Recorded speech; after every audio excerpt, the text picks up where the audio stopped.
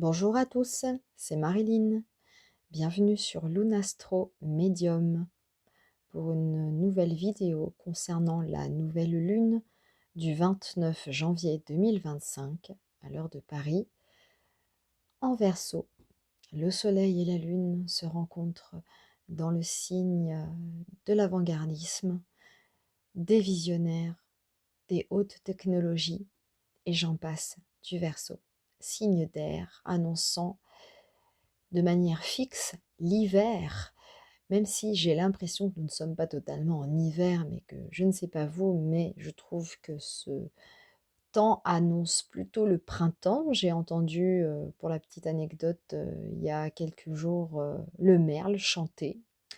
Et pour moi, entendre un merle chanter, siffloter, c'est plutôt annonciateur du printemps qui aura lieu quand même dans 2 mois. Ne l'oublions pas, ça sera déjà vite là.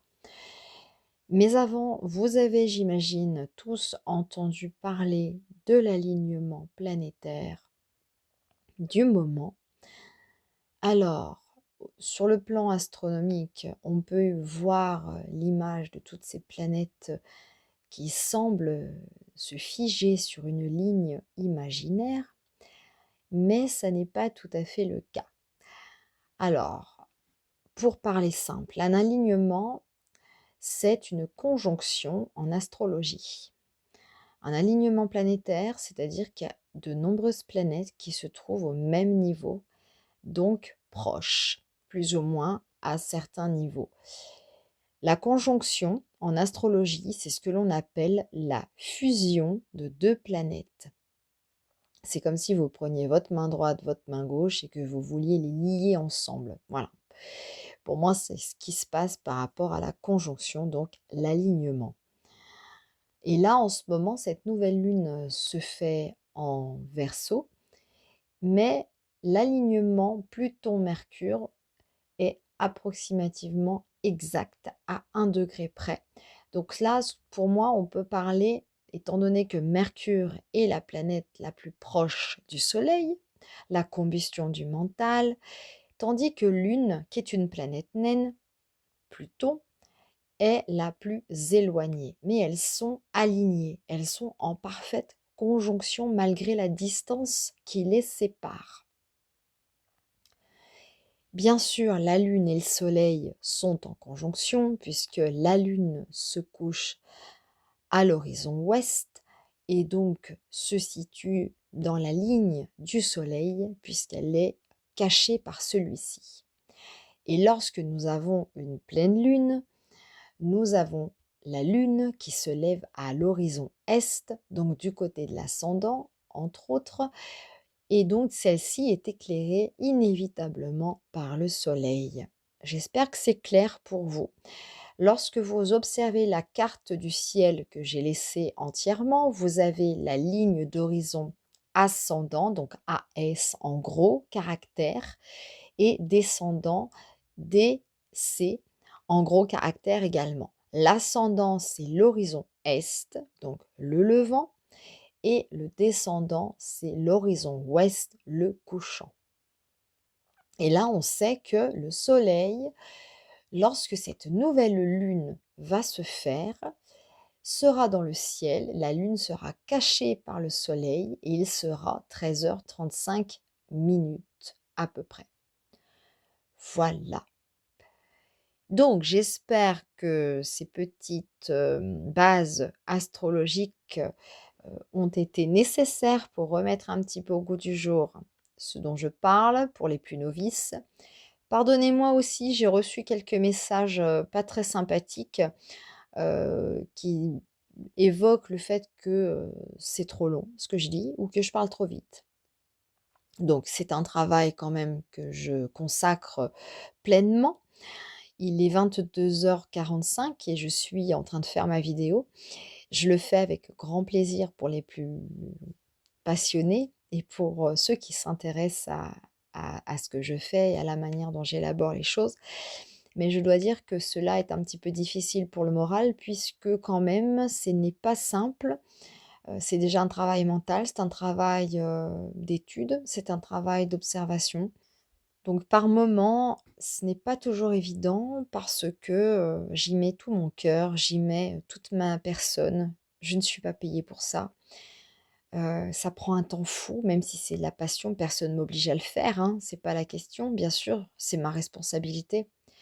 Mais je dois dire que je vous cache pas, puisque je suis quelqu'un de sincère, sans filtre, que pour la première fois, j'ose dire à ceux qui vont passer, du temps sur cette vidéo, que cela m'a profondément rendue triste, parce que je me suis dit que ça servait à rien ce que je faisais. Voilà pour la petite histoire. Mais bon, on se ressaisit, hein. Comme on dit, il faut toujours, voir, les lendemains et non pas, rester sur un échec ou sur une déception. Je ne vais pas apprendre ça à quiconque. Bien, parlons peu, parlons bien, revenons sur le plus important pour éviter que ce soit trop long, n'est-ce pas? Sur la nouvelle lune. Eh bien écoutez, moi j'ai envie de faire cette vidéo de manière globale. Il y a pas mal de planètes qui se rencontrent en ce moment. Ça fait une petite sorte de schmilblick, mais par contre l'avantage, c'est que le couple soleil-lune se trouve dans le signe d'air, le signe de la liberté, de l'émancipation, de l'amitié, du collectif, et que ça va faire du bien de se retrouver un petit peu plus libre, de faire des choses que l'on aime.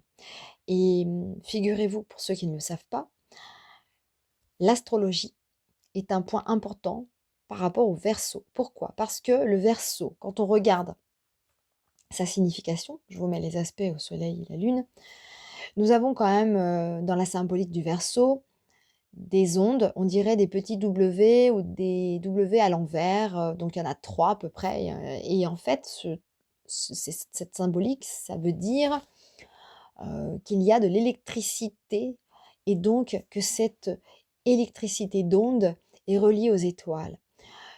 Et oui, quand on regarde également la symbolique du Verseau, vous voyez un homme ou une femme prendre une cruche et verser de l'eau, mais ce n'est pas de l'eau, c'est des ondes vibratoires. Et ça, c'est important parce que l'astrologie vient des étoiles et il y a une transmission du mental, il y a une connaissance de soi. Et en ce moment, je dois vous avouer quand même que je remarque de plus en plus que l'astrologie devient de plus en plus omniprésente dans nos foyers et à la télévision et autour de nous.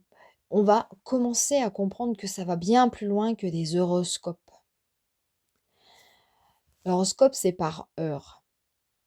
Voilà, c'est observer le ciel par horaire. Donc, nous avons tout de même ici une évolution de l'astrologie. Et forcément, Pluton est entré dans le signe du Verseau fin novembre. Et nous avons Mercure qui est rentré en Verseau il y a peu de temps, puisqu'il est seulement à 2 degrés. Et le Soleil et la Lune, couple par excellence de l'homme de la femme, l'union, les émotions, la vitalité, le foyer intérieur, la chaleur, ce qui nous anime, ce qui nous rend passionnés. Donc, on ne peut pas ne pas parler d'astrologie avec ces 4 planètes et luminaires, accompagnés du milieu du ciel, donc cet angle du zénith, entre le soleil et la lune, sans forcément parler d'astrologie, des hautes technologies, de l'intelligence artificielle. Vous voyez quand même que nous sommes forcément obligés d'en parler. Ça fait partie du deal astrologique. Et au vu des aspects qu'il rencontre avec Jupiter, c'est la planète par excellence du Sagittaire, maîtrise sur le descendant de la nouvelle lune, donc les autres. Les autres vont vous renvoyer aussi beaucoup de choses par rapport à ce que l'on perçoit dans le ciel. Les gens vont commencer à lever la tête en haut, à s'ouvrir à l'espace, au monde spirituel, au monde astrologique. Et Jupiter est là aussi pour te dire et te livrer les enseignements, le savoir, le grand Manitou, Zeus. Et évidemment, le descendant, c'est l'opposition de l'ascendant. Donc quand on est ascendant Gémeaux, par exemple pour les personnes qui vivent ce transit-là, qui est quand même relativement intéressant, important, c'est l'échange d'ouverture des idées, l'apprentissage, le besoin de se rallier à quelque chose d'excitant, d'aventureux, de la connaissance de nouvelles technologies, la manière dont on va les écrire, les interpréter, les distribuer avec cette façon aussi par les écrits, le journalisme, par les médias, puisque nous sommes tout de même dans 2 signes d'air. L'ascendant de nouvelle lune se trouve en Gémeaux, le descendant s'oppose, mais la maîtrise est Jupiter. Donc nous avons ici une envie de quête, de savoir et d'apprendre de l'autre. Nous avons ce couple soleil-lune, dont j'ai toujours gardé les aspects, qui se trouve dans cette maison 9, la maison propre au Sagittaire, la maison des grands espaces, la maison de l'étranger, de la culture, avec Jupiter qui se trouve également dans un signe culturel intellectuel. C'est important de ne pas oublier ceci. Donc nous sommes ici arrivés dans des signes d'air avec une envie d'échanger, de partage, de se rencontrer, de rencontrer les autres, de savoir qu'est-ce que l'autre pense, c'est quoi ton idée, qu'est-ce que c'est ton avis. On est vraiment dans des énergies de cette manière, plutôt des énergies, on est vraiment dans des énergies favorables à l'échange et à l'ouverture. Nous sommes sortis du signe du Capricorne qui est le fondateur des limites, des limitations, des lois, des restrictions. Et là, nous passons dans un signe du Verseau, dont Saturne est le maître, également premier maître, et avec Uranus. Et c'est vrai que c'est tout de même un grand changement, un pas, un premier pas vers la liberté. Et cette nouvelle lune, elle nous fait du bien. D'abord, si on reprend la carte entière, on voit bien que elle est beaucoup moins encombrée. On sent déjà plus d'échanges, plus d'interactions favorables. Et bien sûr, elle crée un équilibre entre le rouge, le bleu, le vert, pour les quinconces, mais minimal. Et puis, moi, j'ai envie de vous dire que depuis que le nœud nord est arrivé dans le signe du poisson, hein, il se trouve à 28 degrés, hein, nous avons tout de même ici ce nœud nord qui nous invite aussi à garder en tête de bien faire attention à l'autre, à autrui, de se comporter avec douceur et indulgence envers son prochain. C'est pas évident. On peut vraiment blesser les gens quand on n'est pas dans l'écoute, dans l'accueil de la différence de l'autre. On peut vraiment faire du mal à l'autre quand on se moque de lui. On ne sait pas si la personne raconte des histoires ou veut se faire plaindre. Je vous dis ça parce que il y a aussi cette conjonction Vénus-Neptune qui est très intéressante parce que nous avons quand même ces planètes qui sont dans une énergie plutôt salvatrice, féminine, artistique.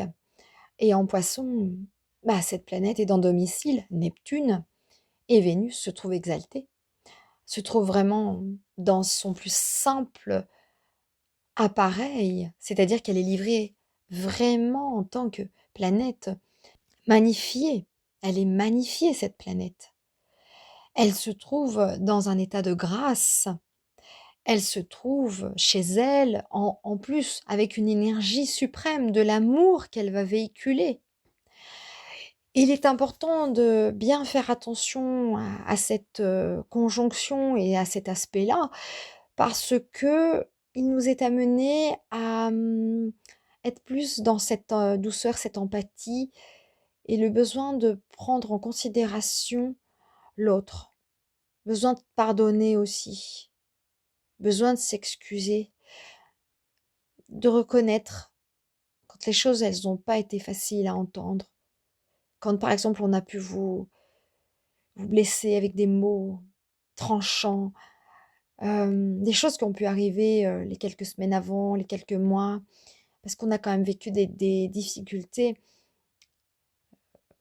en termes d'énergie violente, agressive, où les gens étaient complètement fous, ne tenaient pas en place, il pouvait y avoir des gros accidents, des accidents de parcours, des accidents, dramatiques, des accidents de transport, des accidents, liés au foyer, des choses qui sont vraiment difficiles entre un homme, une femme, entre les gens, entre vous, les autres, entre le peuple qui se rebelle dans le monde, la guerre et tout ça. On était dans des énergies, on l'est toujours, mais ça s'aplanit un petit peu au fur et à mesure. Mais veillez vraiment à prendre conscience et ne pas faire de généralité en pensant que le monde est fou. Le monde s'éveille peu à peu. Certains sont prêts, certains ne le sont pas. Chacun va à son rythme et chacun a un libre arbitre. Donc, je vous mets quand même les aspects à Neptune et voilà pour vous faire voir. Voici Neptune et de manière globale, je vous parle vraiment, des choses par rapport au fait que cette nouvelle lune elle a tendance à nous rallier plus les uns les autres ensemble et pas nous séparer. Regardez quand même, regardez, je remets la carte entière, regardez cette carte. Vous avez énormément de conjonctions. C'est une des raisons pour lesquelles il y a peu d'aspects en temps normal. La conjonction, c'est vraiment les petits points que l'on va observer orange. Ce n'est pas à l'intérieur du thème, on les voit, mais très très peu. Mais par contre, on peut voir ces petits blocs orange, plus ou moins en carré ou plus ou moins allongés en rectangle entre les planètes. Par exemple, regardez bien le couple Soleil-Lune. Hein, vous observez sur cette carte entière, regardez bien ce qui se passe entre le MC, donc MC en gros caractère, et où vous avez des aspects de conjonction. Voilà, c'est ça la conjonction. Et évidemment, Vénus et Neptune en petite conjonction étroite, puisqu'il n'y a que 2 degrés qui séparent ces 2 planètes. Et encore une fois, ces planètes sont très éloignées l'une de l'autre, mais elles sont alignées. Et nous avons Saturne à 17 degrés en Poisson qui est là toujours et qui se rapprochera tout doucement, parce que c'est une planète plus lente que Vénus, mais tout de même, la conjonction est pas très très loin, elle est peut-être déjà appliquante malgré tout. Donc nous avons aussi Saturne qui tend aussi à prendre en main les choses, à responsabiliser la manière dont vous allez vous comporter avec les autres. Et tout cela en maison 10. Et n'oubliez pas, la maison 10 rentre en parfaite analogie avec Saturne. Il est en domicile sectoriel et il est encore en 10. Vénus se situe à 25 degrés en maison 11 avec Neptune, le nœud nord et même Chiron. La maison 11, c'est l'axe intercepté de cette nouvelle lune. Et la maison 11, c'est les grands projets, c'est les grandes amitiés, c'est le collectif, c'est la manière dont on va se comporter.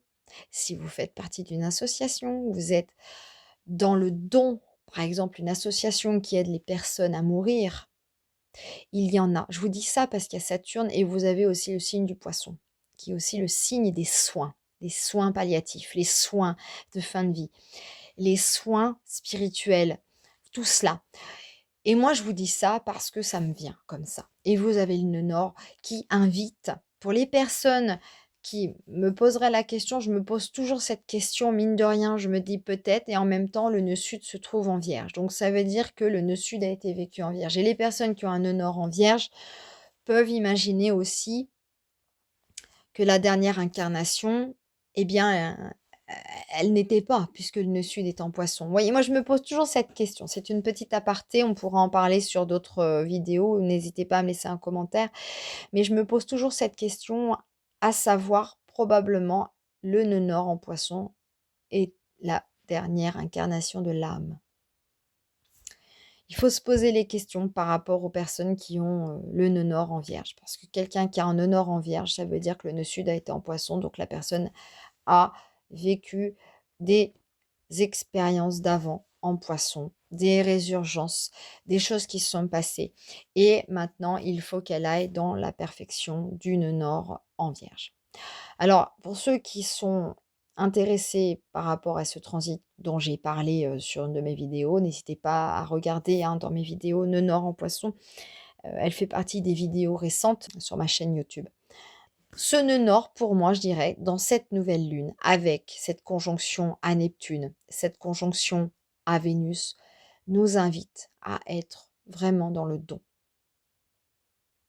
à se poser et à réfléchir sur ses actes par rapport à la manière dont on a exprimé son amour. Sa manière et la capacité à vouloir pardonner ou pas. Est-ce que j'ai envie de pardonner? Qu'est-ce que j'ai à pardonner?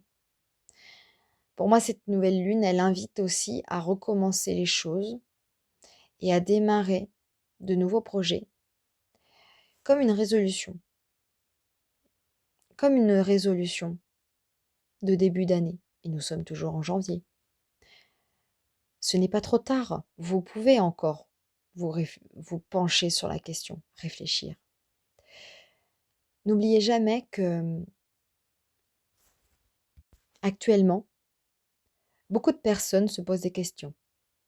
Par exemple, la maison 11, c'est aussi le retour des nouveaux amis. Des amis que vous avez perdus de vue. Des amis qui reviennent 5 ans après. Des amis que vous pouvez retrouver comme ça par hasard dans la rue. Et avec qui vous aviez un lien spécial. Ou des personnes qui probablement décident de vivre leur vie ou qui sont un petit peu instables ou doubles, on ne sait pas trop, un coup oui, un coup non. Voilà, ça peut être un leurre, un mirage. Mais en tout cas, si c'est leur choix de partir, de décider de vous quitter, puisqu'il ne faut pas oublier que cette combinaison astrale se trouve au carré de l'ascendant en Gémeaux, donc les personnes qui sont ascendant Gémeaux, entre voilà, 2e décan et 3e décan, peuvent être touchés et impactés par rapport à cette configuration-là. Peuvent se sentir un petit peu trahis ou tiraillés ou pas trop savoir ce qu'il en est. Donc n'oubliez pas que là, ça se projette dans le collectif. C'est une nouvelle lune du collectif. C'est une nouvelle lune sociale. C'est une nouvelle lune qui demande à donner de son état émotionnel, physique, mental pour les autres, de son être tout entier. Alors parfois, vous pouvez vous sentir un peu bizarre. Prenez vraiment ce temps-là aussi pour prendre soin de vous. Parce que souvent, les nouvelles lunes, même si elles nous travaillent moins que les pleines lunes, de par sa configuration, n'oubliez jamais que c'est un démarrage, c'est un nouveau cycle qui démarre.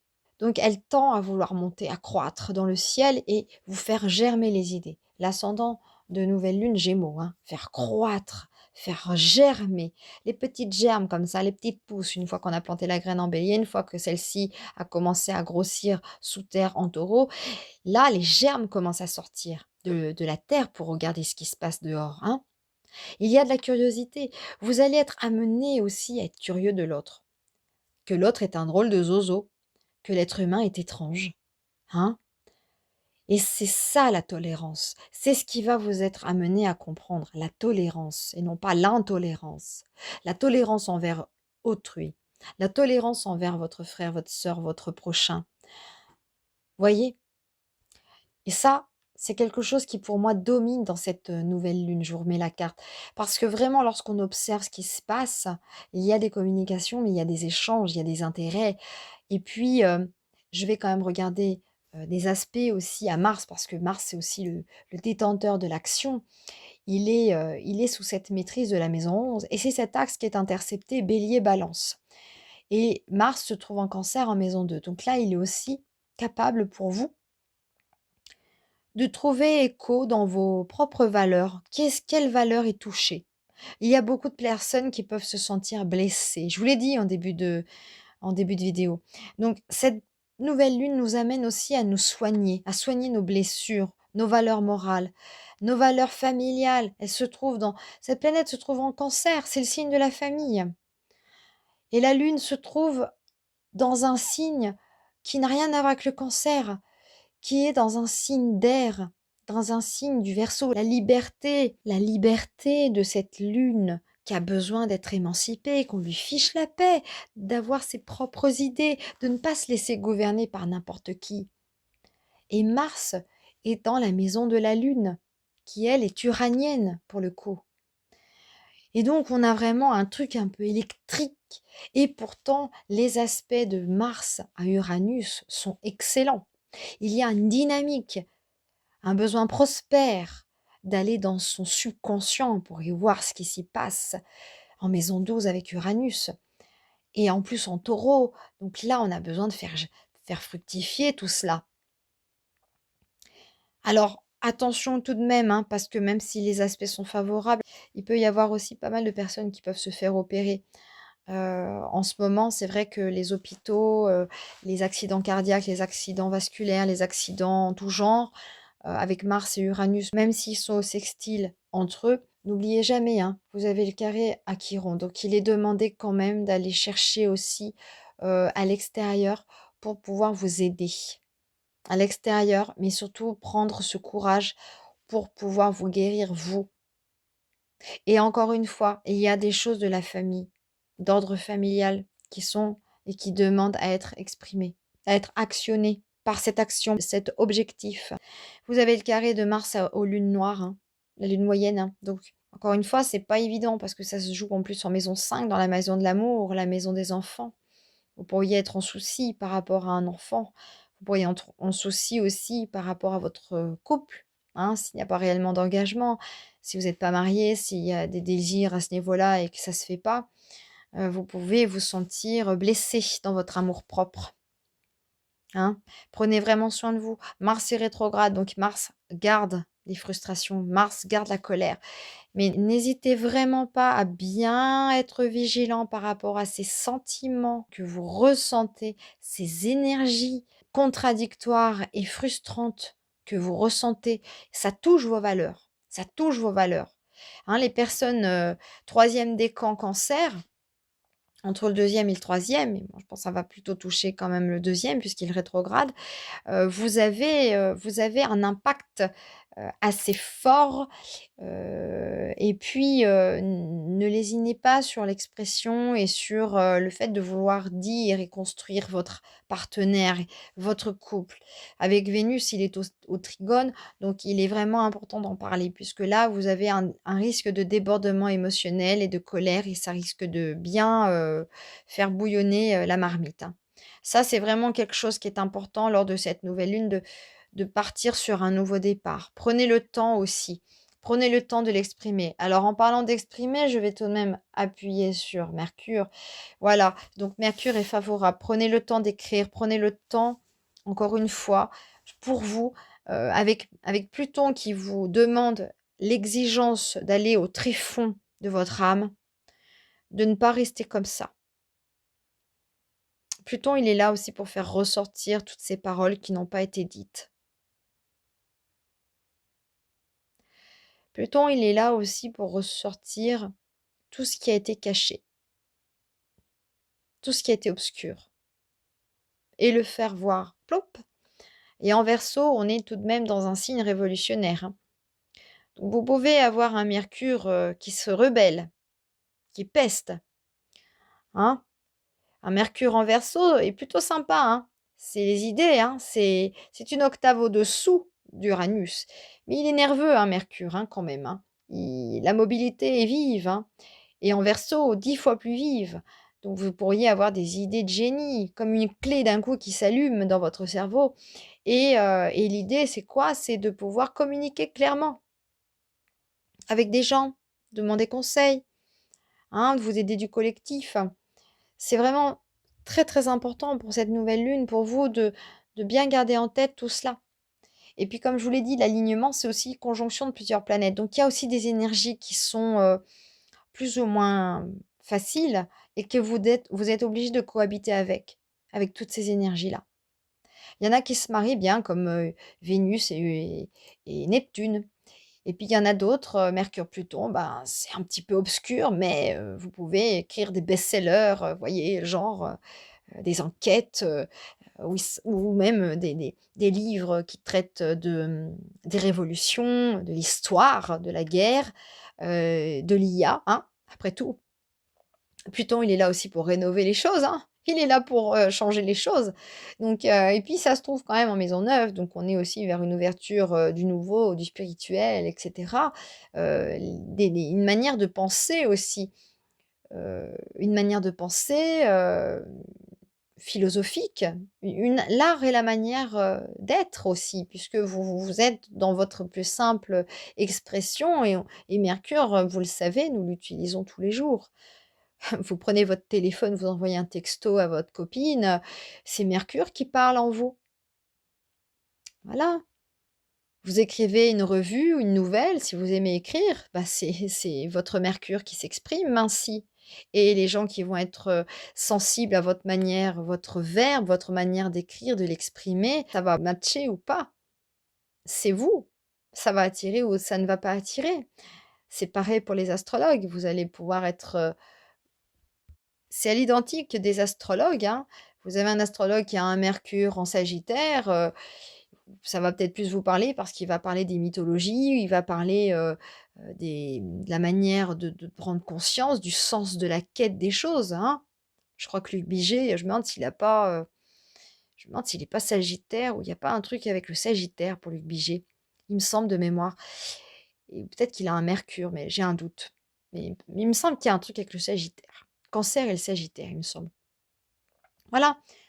Vous avez, un Mercure en Bélier, ce qui est mon cas, bon, bah, là, vous avez la parole vive, vous avez la parole rapide, tranchée, vous avez la parole, je passe pas par, théoriquement, je suis pas censée passer, par Lille pour aller à Rome, hein. Je suis j'essaie d'aller à Rome directement. Bref, c'est une manière de parler. Vous avez pas mal d'astrologues d'ailleurs avec un Mercure Soleil, en Bélier, hein, et puis vous en avez d'autres avec un Mercure Soleil en Scorpion, vous en avez d'autres, voilà, vous avez diverses personnes, diverses manières, diverses personnalités, entre autres, de vous exprimer avec votre Mercure de naissance. Voilà, c'est aussi simple que cela. Beh, écoutez, moi, franchement, pour cette nouvelle lune, j'ai pas envie non plus de trop blablater pour rien, au risque de me faire, taper sur les doigts et puis, bon, je pense que, voilà, vous pouvez vivre votre nouvelle lune, sur de nouvelles bases. En espérant, que pour vous, bah, tout s'arrange, hein. N'hésitez pas aussi, pour, les signes du zodiaque, hein, j'ai parlé, il y a pas très longtemps, j'ai fait une vidéo qui fait partie d'une playlist Guidance 2025 dont j'ai mentionné, en tirage au sort bien sûr, hein, la dernière vidéo qui traitait, des signes du Bélier et de la Vierge. Prochainement, je vous publierai, les Cancers et les Capricornes. J'ai commencé plutôt par les Capricornes et puis, bah, je me ferai un plaisir de faire les 4 autres prochainement. Voilà. N'hésitez pas à me suivre, si vous en avez envie, c'est gratuit. Vous pouvez me consulter par contre sur, mon site internet où vous avez toutes les informations, coordonnées et toutes mes spécialités. Je fais mes guidances par téléphone et en présentiel. Vous pouvez me consulter sans problème, me contacter et puis, pour l'astrologie, je fais ces consultations en visio et en présentiel également. Je vous souhaite, une, belle soirée et je vous dis à bientôt. Merci de m'avoir suivi.